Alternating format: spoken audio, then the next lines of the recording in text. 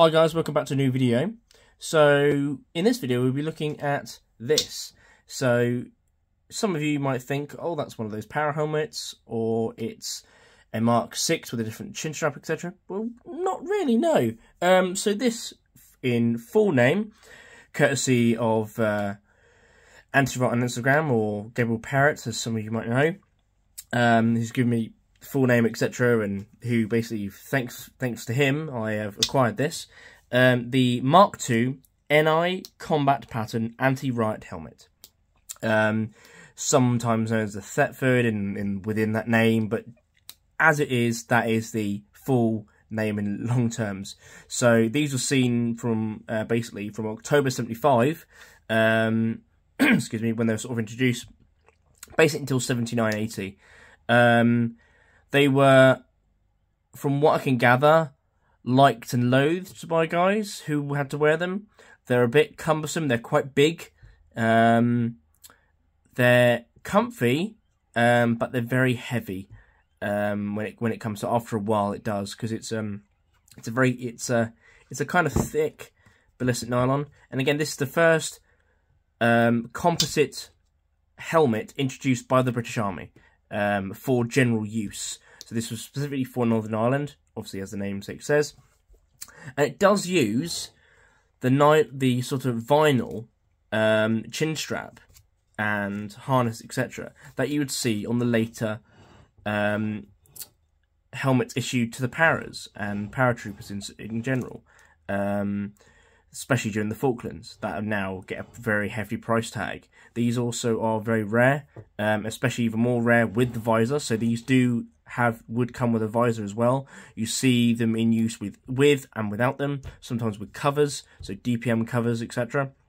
Again, my good friend Gabriel Parrott does own one of the covers as well. He owns two, one with the visor and one without. The one without has the cover on, which is very, very cool. And they fetch a pretty penny these days as well. But yeah, we'll have a little look at this basically. So starting from the side, we can see the bracket, or the fixing point for one side of the visor. It's basically a latch system, so it basically cavets, or pivots I should say, cavets not a word really, and then has a locking, basically spring loaded, so it can lock, so it doesn't fall in front of you like the earlier Mark IVs with the risers would do, and it's just a bit more stable. Very, very, really well designed. Basically very ahead of its time, really. Going round again, I could see that sort of shape, that similar to the para helmet, absolutely, but also with the bulge at the side, do give that kind of essence of the Mark VI, of what would later become the Mark VI, really. So this is definitely, I would say, a good trials run for what the Mark VI would become, in my personal view. Excuse me. Obviously, it's got the fixing points for the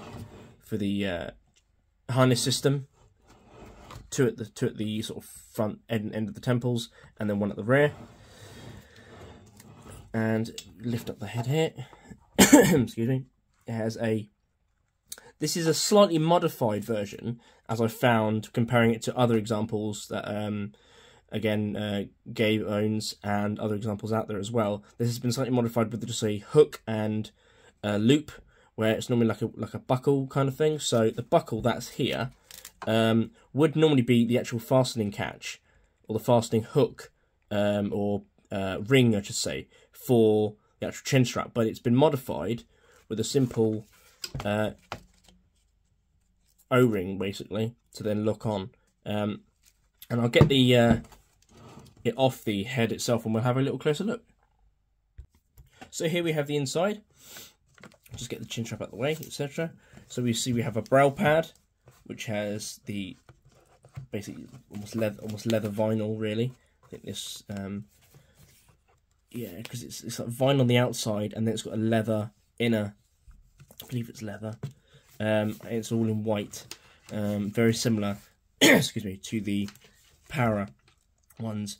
We have the actual head support harness system, which is basically two large, basically 1.5 inch nylon straps that are there to support the head when it's inside there, and then the whole inside, I believe, it's yeah, basically like an early polystyrene or styrofoam inner for like actual sort of padded protection. And you can see the chin strap system itself. Obviously we have the excuse me, I'm really coughing today. Excuse me. It's basically tensioned and adjusted with Velcro on this example, and then we have a buckle system on the back here. Let me just take this off here a second. So buckle system, so you can tighten it if need be for the back of the head. What I've seen and what I've discussed with Gabe is this obviously Velcro here and the Velcro on the tab here. We think that this is for putting behind the neck to give it a bit more support, so it stays on a bit more sturdy to the head, especially when the visor is deployed. So that is what we think that is for, and it does work. It does actually keep it more sturdy on the head. It doesn't make it exactly comfortable, but it does make it more secure to the head itself. But yeah, that's basically it really, without like taking it all apart and seeing inside with the stampings. But I'll try, if I can, to show you the stamp on the inside. I'll pause this and we'll get a closer look at the stamp. Okay, so here's the stamp. It says Thetford Moulded Products Limited, Mill Lane, Thetford, Norfolk. Helmet Combat NI pattern, size medium. There's the native stock number there, and the contract number, and the broad arrow, and some other markings for you there. I can't exactly remember what that stamping is there. I have been told, but I can't remember off the top of my head. No doubt I'll be told in the comments what it is. But yeah, so that's the label inside. Again, there is more information which is normally underneath the polystyrene inner, and that can give us more information, but I won't be doing that with this helmet today. But yeah, so that's the stamp inside. So here's the helmet itself. On me, it is very strange, especially with the tightened back. If I loosen that off, it does become a bit more movable, but with that tab secured with the Velcro, it does sort of give you a bit more stabilization. But it's a strange helmet to say the least. But it's very, very great to have this in collection finally. Generally, actually, I only found out about these basically a year ago, really. And then it's sort of been a scouring trying to find one. One or so has come up. I've missed out on that sadly. But then this popped up out the blue, and then again, as I said before, Gabe thankfully immediately pointed it out to me, and I snapped it up as quick as I could. So yeah, and paid a quite good price actually for it. So but yeah, really, really cool bit of history, and something very rare. You don't see that nowadays, especially because my focus is spent a lot onto specifically Northern Ireland really at the moment.